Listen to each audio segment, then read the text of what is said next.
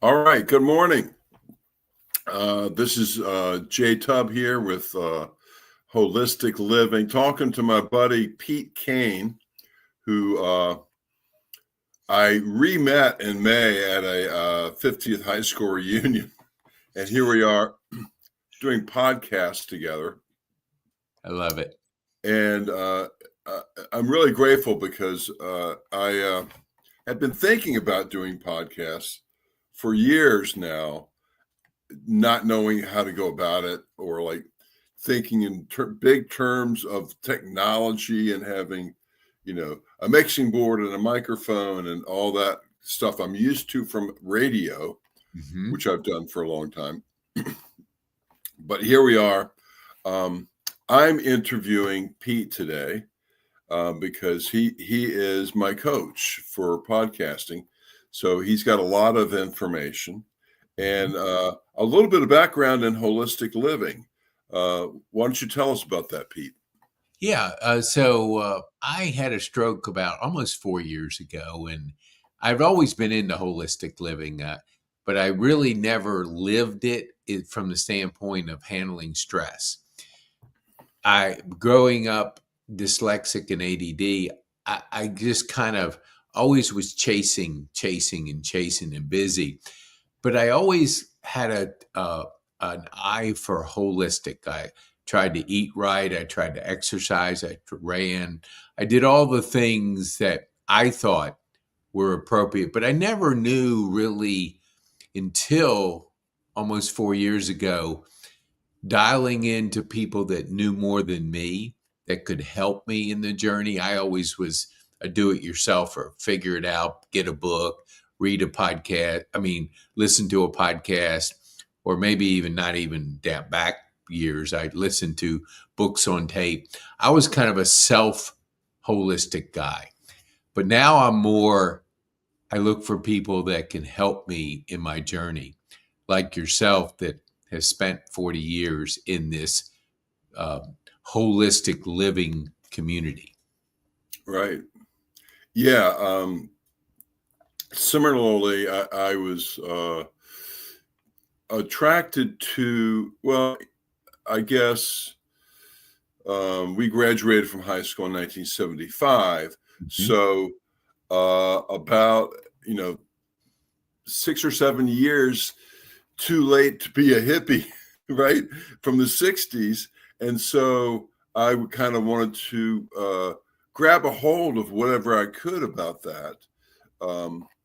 Lifestyle and food, of course, were a big part of that. And also music and, thinking alternatively, I think, was what really drew me into holistic living, natural foods, vitamins and herbs, to see what there is out there, because modern medicine has some really great things about it, but also some things that are kind of one size fits all. And I'm curious about what works and what doesn't. And I see a lot of over-reliance on antibiotics, for instance, in mainstream medicine. So if there's something else that I can use, like a white willow bark for headaches, which is where we get the ingredient for aspirin, which is salicylic acid, is right in there. And so many examples like that I've discovered through the years. So that's why I wanted to do a podcast showcasing what I know. Because people don't look at me and go like, "Oh, you're my holistic living guru," because they just go, "He's the guy," who, what credentials do I have other than what I know? So that's a good starting point. And so you got involved in thinking holistically because of your stroke. What sort of steps did you take? Good question. I'd always been aware of what I put in my body, and I found that sugar and myself, we got along, but it didn't get along with me. I mean, I liked it, but it didn't get along with me. And as far as my concentration and the way I performed, I knew I had to kind of get away from it to really perform. And when I had my stroke, I was with a guy who was more holistic, and he gave me two books: Peter Attias, his book, and The Glucose Revolution. And it kind of changed just the way I thought about it, because the book by Peter Attias was like about 3 inches thick. And I told the guy, I said, I don't read that much. And so he said, well, get it on audio. And I did. And I just ate up the fact, all the different things that he talked about. And I think what I pulled away from it is there's so much information out there. I had to find trusted resources. And these were the two that I really looked at. There was another one, Uberman. I don't remember his first name, but Dr. Uberman. I like what he had to say, and I found it on YouTube, and I just kind of dove into trying to close my gap on holistic. I'd always look for like bio coffee, whether it was Focus Factor 20 years ago. Everything that had to do with nutrition, I tried it. And sometimes stuff would stick and I'd continue with it, but I was always testing my body. And I think we've had numerous discussions about everybody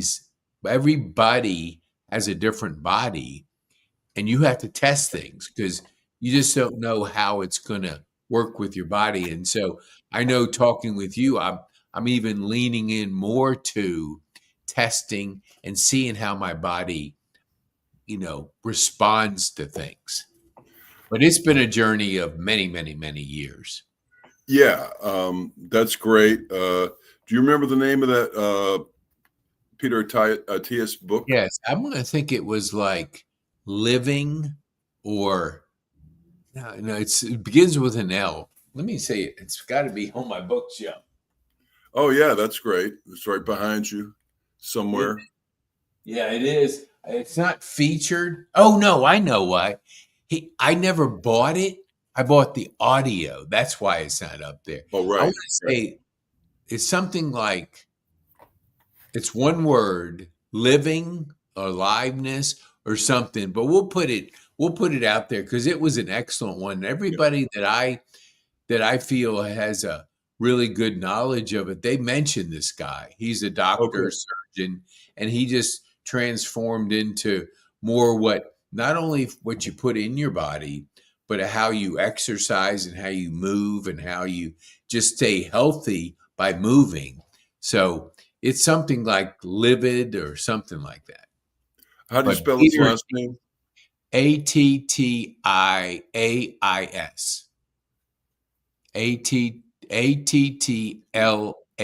Lais. No, Okay. no, one T. Attlais. Okay. Yeah, that's that way people can Google as they're listening to the rest of this. Yeah. Hopefully afterwards. But yeah, so tell me how you got into podcasting. So when I had my stroke, my partner, I had a digital marketing business, which I think probably contributed to my stroke. But Well, maybe sure. not. There's probably a bunch of Stress things. doesn't help. But it was just stressful. So stress and all the things. But what happened is he said, Pete, you like golf.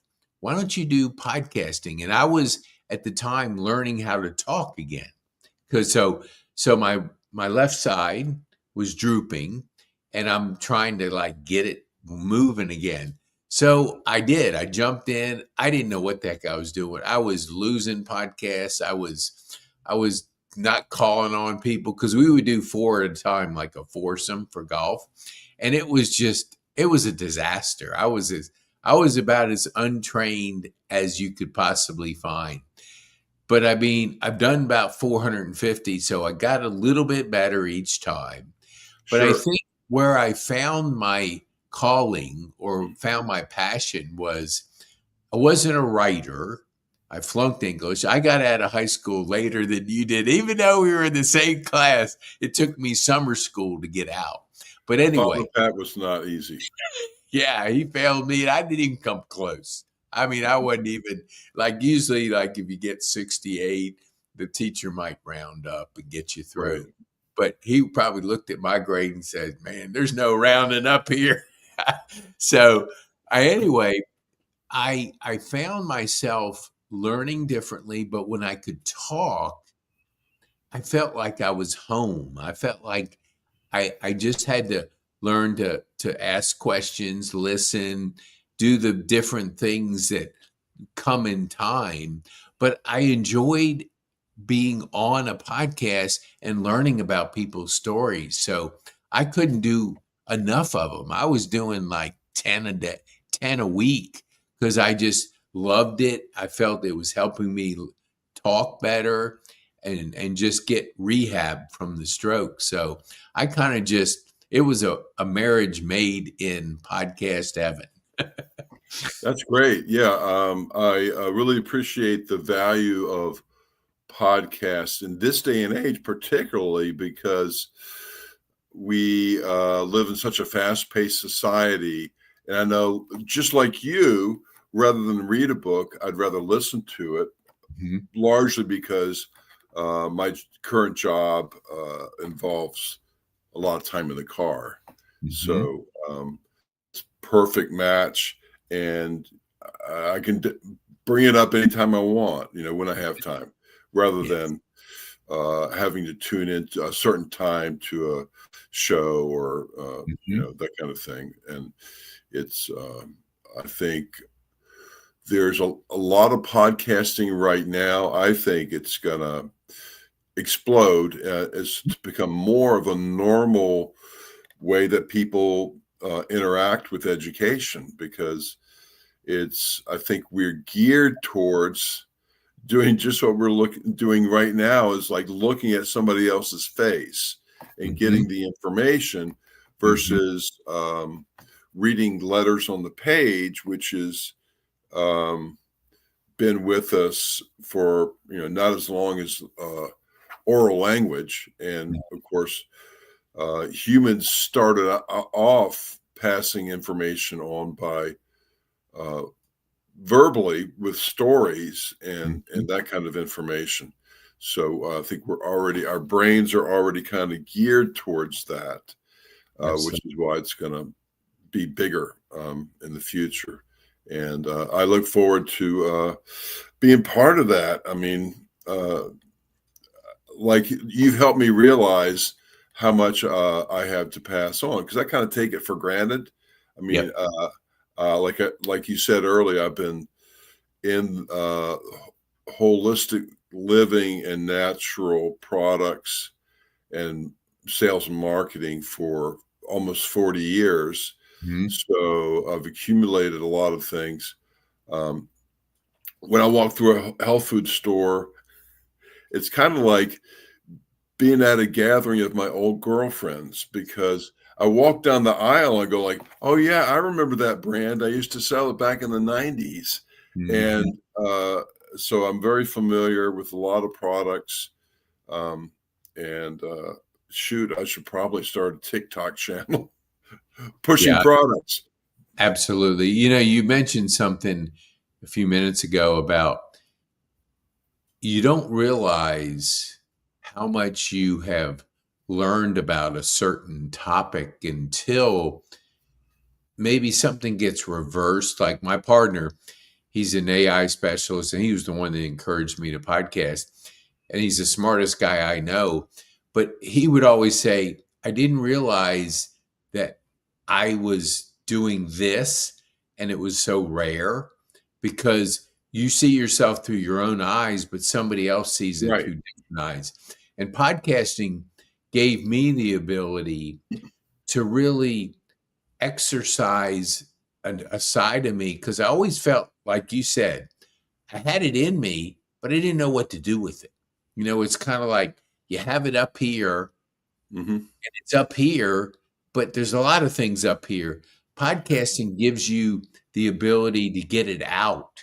I always tell in my Rotary, I say to people, because these are servants, and I would ask them about a couple years ago if they wanted to be a guest on my podcast.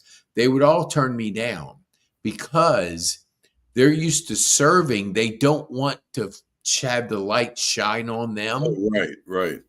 But I got them to think this way. If we don't shine out, like if you're not allowing people to get to know Jay Tubb, how can they benefit? So you shine out through podcasting. The people that want you shine in. So it's kind of like that. It's reversed, and his thinking is totally different. So from a standpoint of getting it out of your head into the areas out there where people can get to know, like, and trust you, because there's plenty of information out there. There'll be people that will say, man, my go-to guy is Jay Tubb because he's got 40 years in this industry.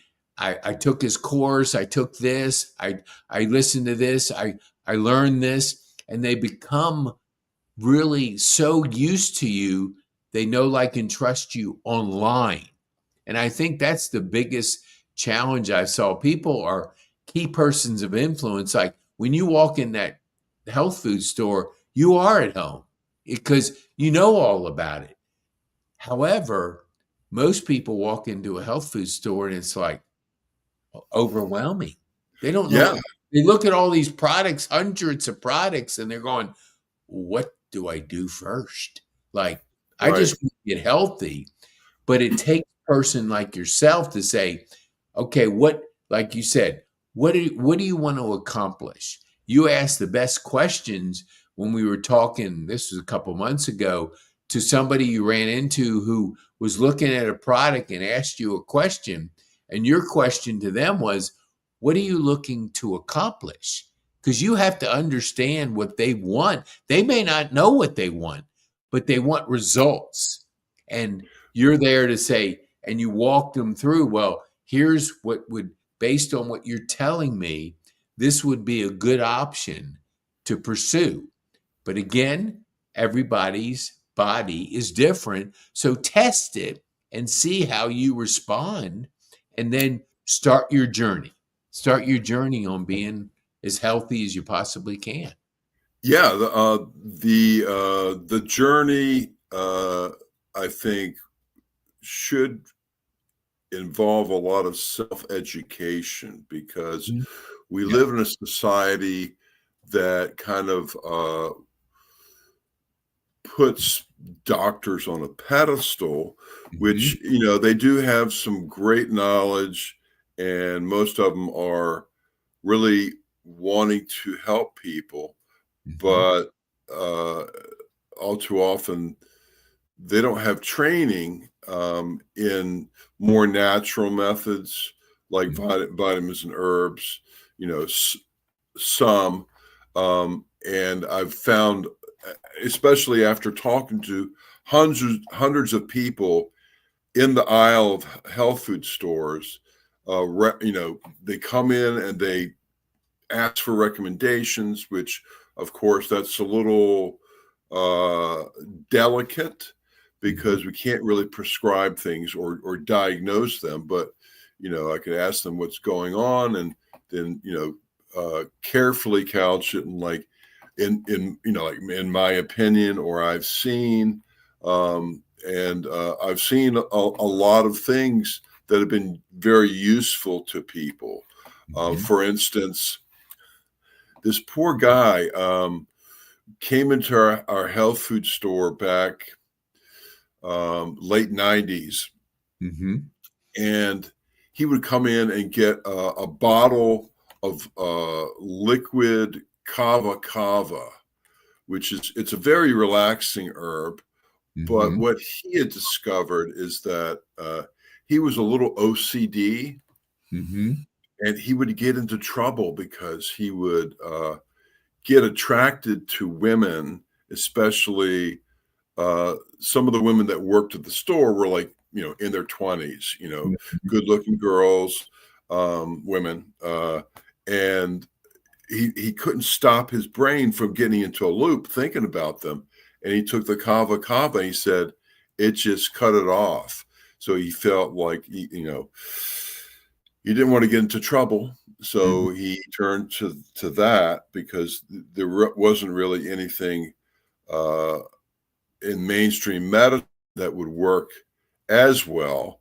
I mean, probably the closest thing would be like psychotropic drugs, which have a really heavy footprint, and you Mhm. don't want to take that just for something minor. But yeah, there's so many instances like that of where I learned from talking to people. Mhm. Sometimes hearing stories that like probably went a little too far. TMI, like, oh yeah, I don't want to hear about your hernia, thanks. Yeah. Um, but it's people open up when they feel like you're a trusted authority, Mhm. and by the time I had been in natural foods for 20 years, I've talked to so many people, and a lot of times not knowing an answer, but we always had reference books on hand, so we could Mhm. like look something up and it's like, oh, I remember one time one of the women I worked with. I've never seen this before, but I've heard about it. She, poor thing, got hiccups, and Mhm. she was hiccuping for hours, and Wow. it was driving her nuts. And so I looked up, just kind of like digestive problems in this book that had multiple modalities and practices Mhm. described in it. And I found an acupressure point right on her hand. And it was amazing because I just went and pressed on her, like right about here on her hand, and Mhm. the hiccups stopped. Wow. So there's something in there about like meridians from the Chinese medicine, these energy patterns of the body. I don't know. I'm not educated in that, but Yeah. I can find stuff. Um, and when it works, it works. I mean, it's great. It's so many similar stories to that. Herbs, vitamins, homeopathic medicine. I've Mhm. seen the most amazing things. I mean, especially being a parent. I remember one night my infant daughter. I Mhm. guess my wife had eaten broccoli or something with a lot of sulfur, and it gave my daughter colic. And Hmm. at 2 in the morning, she's like wailing in pain, and I had a homeopathic formula that was in a little vial, and as soon as I put it in her mouth, she stopped. It Mm. was like, oh, thank goodness. Now we can get some sleep. That's the common complaint about being a parent and having, babies that don't sleep through the night. But Absolutely. I'm grateful. So, uh, You had said something I wanted to just bring it back because I don't know if I fully answered. My journey was just like yourself. My car was like a university on wheels. I always listened to things that interest me, and health was a big part of it. mhm. Saying about the hiccup, whenever I have hot, like really hot foods, I maybe put too much hot sauce, I Yeah. hiccup crazy, and Oh, really? it's out of control. It's just like, and it takes about 5 minutes to get it under control.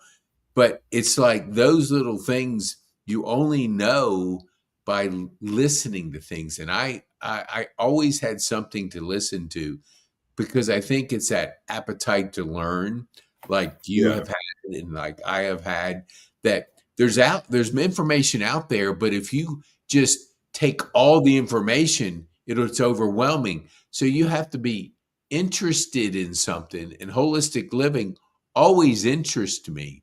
But now I can just look up a podcast on holistic living and I can dial into what I want to know, not just general, but be more specific about solving my problem. Like I didn't know about a lot of things that we've had conversations about that just I'd heard the word, but didn't know what the outcome was. And it's kind of like go to people you trust to get the answers that you're interested in. And it's kind of like opened up my world because I want to bring guests on that can bring good information to the community, because we do have time to find out exactly what we want through YouTube, through whatever sources you listen to podcasts with. So, Right. Yeah, sure. I mean, it's uh, information evolution in our lifetime has been amazing. I mean, I started off in the 90s listening to audiobooks on yeah. cassettes. Yes. And then I Yes. went into CDs, and now Oh, it's all digital.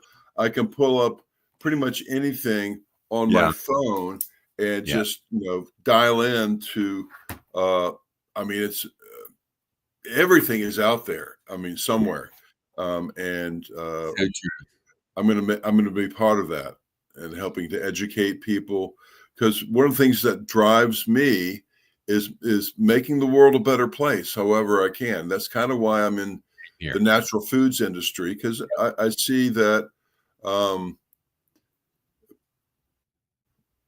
there are a lot of things that accumulate in our bodies from what we eat, especially when it comes to preservatives. So the food will be on the shelf longer, but Yeah. it's not always good for your body long term. um, that's why people turn to organic and non-GMO, and those things are big time. I mean, I saw a lot of products that if they didn't have the word organic and non-GMO certification on the package, Mhm. people would like not trust it. Yeah. So they trust things that are cleaner. Yep. A big trend in natural foods is um,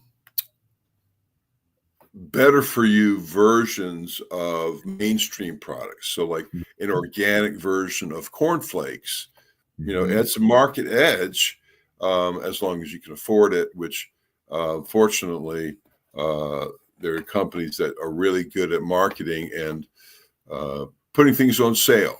So you're like, oh, let me try that because it's 2 for $5. Yes. Um, and You know, it's you had asked like earlier about the journey. I was listening to a podcast, and for the guy on Shark Tank, Mr. Wonderful, they asked him like, what, how, we are what we eat. That's what he was sharing. So you got to be aware of what you put in your body. And he used this app called Yuka, Yuka. And I have now, that's my default thing to evaluate things. I told my daughter about it. I've told a bunch of people about it, and it gives me a score quickly, because a lot of times you'll see like manufacturers, they'll put the word like healthy, natural, all these things, words, yeah, and you think, yeah, well, that makes sense. Or even organic, they put a word organic. Well, I'm scanning these codes now, and I'm going, holy mackerel, I ain't putting that in my body, well, because right. I mean, you gotta really read. yeah, and Um, I don't have time to look at every word that's, I mean, some of these words are like 20 letters and I can't even pronounce them. And I'm trying to figure out, is that something for me? But it breaks it yeah, down and it'll say additives, and then it'll tell you what additives are in there. So I think for me now, with your knowledge that I've asked you questions about things and we've had some good dialogue, I'm closing the gap to quickly find out what products are better for me. So I am aware of what I put in my body more and how it affects it. Because sometimes additives you don't know until way down the road if you've taken a certain product that's not healthy for you. that's right. I was going to say there are products out there where the name of the product Mhm. can have like the word organic in the name of the product. Mhm. It doesn't mean that the product is organic. You got to read the ingredients.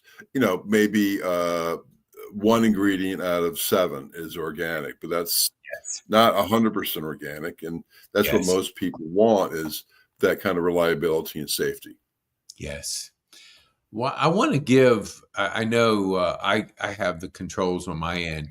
So, people like myself, we want to know. Anybody that has spent 40 years in anything is going to be so beneficial to get the answers you need. And I know our community is very interested in holistic living because we're more about, like you said, impact. And if you have a healthy body, you're going to be around for a while to impact the world and make it a Yeah. better place.